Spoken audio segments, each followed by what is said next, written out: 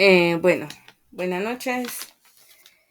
El día de hoy vamos a hablar sobre la máquina de economía. Vamos a hablar esta cómo funciona. Según el video de Ray Dalio. Entonces, inicialmente vamos a hablar de lo que es la economía, ¿cierto? Acá vamos a hacer énfasis porque como vamos a tocar todo el tema acerca de la economía, es importante tener como el concepto claro. Bueno, acá la economía estudia cómo las sociedades utilizan todos sus recursos limitados para producir y distribuir bienes y servicios. Durante el proceso pues, de la economía, acá lo que se genera son transacciones. También podemos conocer que hay un comprador dentro de la economía que canjea lo que es dinero y crédito, un vendedor, a un vendedor para adquirir lo que son las mercancías, servicios o activos.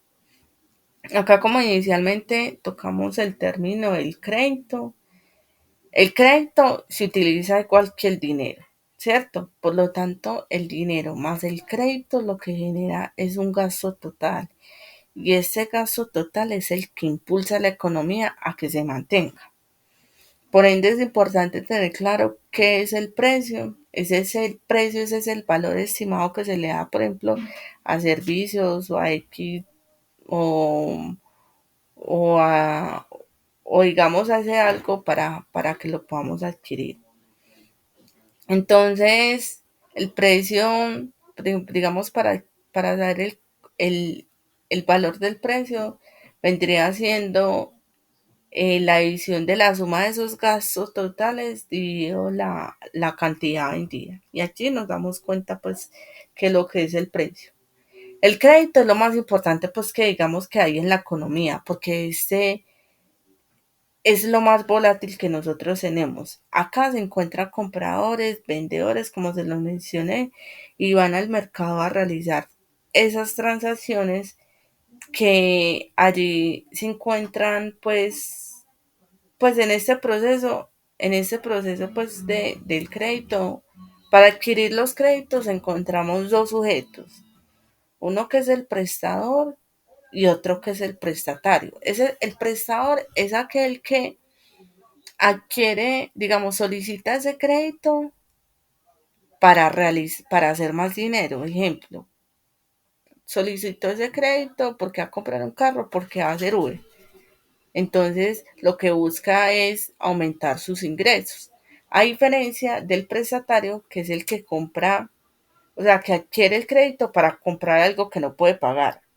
Por ejemplo, yo voy a adquirir un crédito porque no puedo pagar, porque no tengo la capacidad monetaria para poder comprarme una nevera, entonces voy a adquirir un crédito para comprarme una nevera. Y ese bien que yo compré no me va a generar eh, más ingresos, porque la nevera, pues yo teniéndola ahí para mi uso personal, no me va a generar ingresos adicionales. Bueno, ¿qué es lo importante del crédito? Que nos ayuda a adquirir o a obtener ese algo que nosotros no podemos pagar con nuestros ingresos pues diarios. Acá pues como tenemos una entradita pues a lo que es el crédito, pero vamos a hablar de los ciclos que componen la máquina de la economía. Por ejemplo, hablamos sobre el incremento en la economía. Como lo pueden observar en la imagen, es algo constante. ¿Qué quiere decir? Yo estoy ganando mis ingresos digamos, por mis conocimientos, por mi desempeño y siempre se va a mantener constante y así van a ser mis gastos. Yo gano y así gasto, ¿cierto? Eso es lo que genera es que se aumente la producción. Yo aumento mis ingresos porque yo quiero trabajar mucho más fuerte para que se aumenten los ingresos. Y adicional, pues se generan unas transacciones que es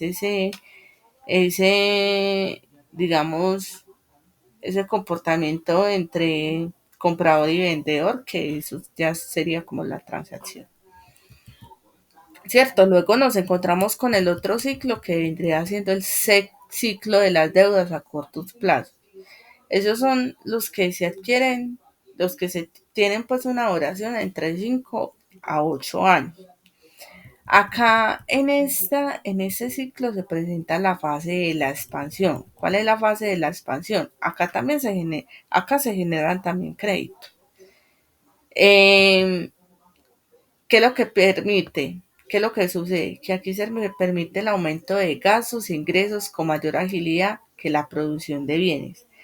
Acá al aumentar los gastos y los ingresos, que van a aumentar el precio, porque eso quiere decir que hay más dinero rodando, entonces van a aumentar los precios de los bienes. Entonces, cuando hay ese cambio en el precio, por ejemplo, cuando hay un aumento, eso es lo que genera que se aumente. Un aumento es lo que genera la inflación. ¿Y qué es lo que genera la inflación? El aumento de las tasas de interés. ¿Y qué genera el aumento de las tasas de interés? Que se reduzcan los préstamos y los ingresos. ¿Qué quiere decir? Que yo, al ver que la tasa de interés está muy alta, madre, yo dejo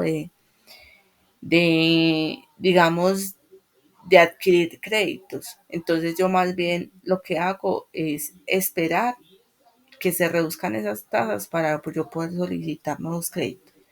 A diferencia de la deflación, que es lo que genera que la actividad económica se disminuya y que se reduzcan los intereses. Acá es muy importante tener en cuenta que cuando los prestatarios solicitan el préstamo y los prestadores lo autorizan, acá pues como les mencioné, pues se crean el crédito.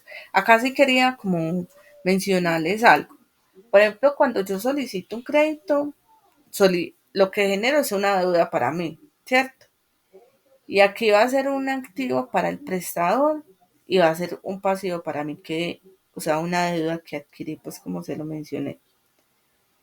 Acá ese proceso aumenta los gastos, van a aumentar mis gastos, pero lo que va a generar todo este proceso con el crédito es que impulse la economía. Por eso es que, por ejemplo, Ray Dalio mencionaba algo pues que me parecía muy chévere, es que él menciona que los gastos de una persona son los ingresos de otra. Claro, cuando nosotros vamos y adquirimos, digamos, compramos un cepillo, una camisa, algo, le estamos generando el ingreso a esas personas. Cuando nosotros dejamos de hacer esa actividad económica, ¿qué es lo que va a pasar? Que las otras, digamos, esas personas o esas pequeñas empresas o grandes empresas van a empezar a reducir sus gastos y lo que va a generar es que empiecen a mirar por la manera de mejorar sus gastos reduciendo otros. Entonces, eso lo vamos a poder observar ahorita, pues cuando hablemos de este otro ciclo, que viene a ser el ciclo de las deudas a largo plazo, que aquí sí se puede observar cuando se reducen los gastos, y acá sí les voy a hacer mucho énfasis en esa parte. Bueno, acá que sí es importante tener en cuenta que la productividad, pues acá voy a hacer un pequeño resumen, que la productividad, el incremento de la productividad no genera fluctuaciones, o sea, que siempre se mantiene como lo vimos acá. Pero los créditos o los ciclos de deudas a corto plazo sí generan fluctuaciones que van a ver esas variaciones de las deudas porque yo voy a consumir más de lo que pues de lo que estamos produciendo y yo estoy ganando, yo tengo un ingreso, pero yo lo que estoy haciendo es que estoy adquiriendo más dinero para poder tener una mayor solvencia económica, pero me va a ver afectado, digamos, mucho más adelante. Bueno, acá vamos a observar pues en el ciclo de las deudas a largo plazo que acá se generan unas cargas grandes debido a las deudas. ¿Por qué? Porque digamos que al inicio, pues cuando yo adquirí la deuda, yo todavía no estaba sintiendo, digamos, esa ausencia de dinero. A diferencia que a largo plazo yo tengo que cumplir con unas tasas de interés, tengo que cumplir con unas cuotas y ahí yo ya es donde me voy a ver afectado y se van a ver afectados mis ingresos. ¿Por qué? Porque yo tengo que pagar con qué, con lo que en ese momento estoy ganando. Entonces, acá, ¿qué es lo que pasa? Que yo voy a dejar de solicitar créditos porque no tengo la capacidad económica para poder suplir, digamos, otra deuda adicional. Y adicional, como nosotros nos hacen estudios crediticios, mira nuestra capacidad de endeudamiento, acá también observa las entidades prestadoras de este servicio que yo no tengo como de pronto solventar esa deuda que estoy solicitando. Entonces acá va a haber un receso, pues digamos, en mi economía. Y digamos, si eso nos pasa a varias personas, acá se va a generar lo que se conoce como un desapancalamiento. En ese desapancalamiento es que las deudas del prestatario creció mucho, o sea, que yo estoy muy endeudado y pierden la capacidad, acá pierden la capacidad de pagar y sus activos también pierden valor, porque como yo ya tengo bastantes deudas, acá lo que voy a hacer es que voy a intentar de pronto utilizar esos activos y de pronto los voy a vender a precio menor. Acá, ¿qué es lo que se debe hacer para mejorar ese desapancalamiento pues que se genera? ¿Qué es lo que debe hacer? ¿Qué es lo que debe hacerse? Acá inicialmente empieza por reducir los gastos. Acá no se contrae más deudas porque necesitamos es que pagar esas deudas viejas. Y acá el deudor recorta el gasto. Entonces yo al recortarle el gasto, como mi gasto es el ingreso de otro, entonces vamos a afectar también los ingresos de otras personas. Y acá lo que hace es empeorar. Y lo que genera es que, digamos, las empresas se van a ver afectadas y qué van a hacer, a empezar a reducir costos, como les estaba mencionando ahorita. ¿Y cómo los reducen?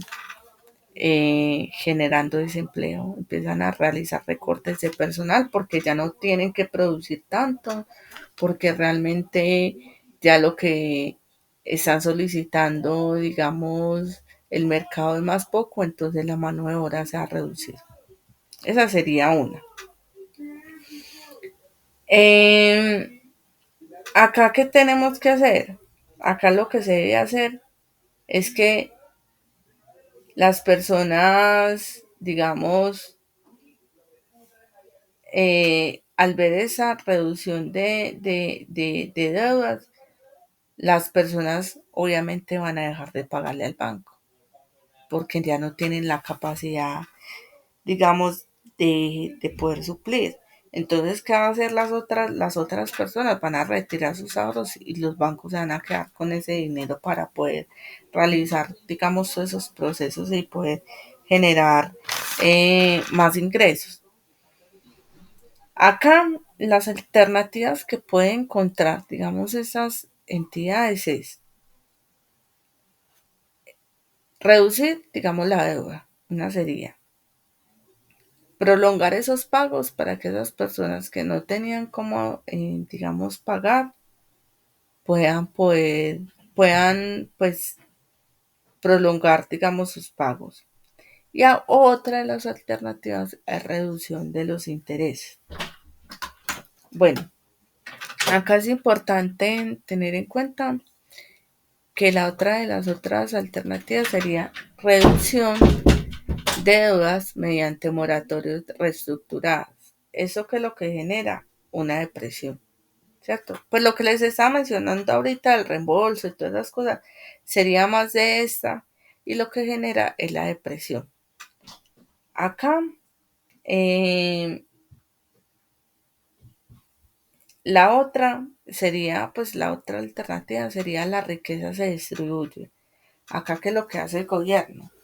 Genera mayores impuestos para digamos, para las personas que tienen eh, una economía mejor, que pronto tienen mayor dinero, se empiezan a generar eh, impuestos para poder solventar lo que se les está presentando. Acá el gobierno pues sí les toca un papel muy importante porque ellos lo que es recaudar esos impuestos para poder dar esos beneficios a esas personas que quedaron, digamos, inicialmente sin empleo para poder solventar, digamos, lo básico. Otra de las alternativas que se tiene es que el banco imprima más dinero, pero estos pueden ser utilizados o no solo como bonos de gobiernos o activos financieros. Bueno, acá es importante pues recalcar que el desapancalamiento eh, genera también cambios políticos, afecta también la política, porque digamos, hay algo social, porque esas personas que ven que otras personas tienen mayores ingresos, tienen mejores recursos, van a empezar pues a ver eso como unas afectaciones. Y eso a nivel político también van a empezar a señalar al gobierno. Entonces, acá hubo algo que pasó en la década pues de 1930, que hubo un desampacalamiento pues en ese lugar y lo que llevó que Hitler tomara el poder. ¿Y que llevó a que Hitler tomara el poder? Que generara todo ese genocidio y esos asesinatos. Entonces, ese tipo de situaciones afecta a todo un país. Entonces, por eso es muy importante que desde el gobierno lo empiecen a trabajar. Acá también surgió la guerra de Europa, hubo una depresión también en Estados Unidos y eso afecta a toda la economía. Bueno, pues les quería mencionar como esa parte que me pareció también muy importante. Cuando hablamos que el banco imprime más dinero, acá lo que hace es que el gobierno compra bienes y servicios. Por ende, solamente el banco puede generar bonos de gobierno. Entonces, ¿qué haría?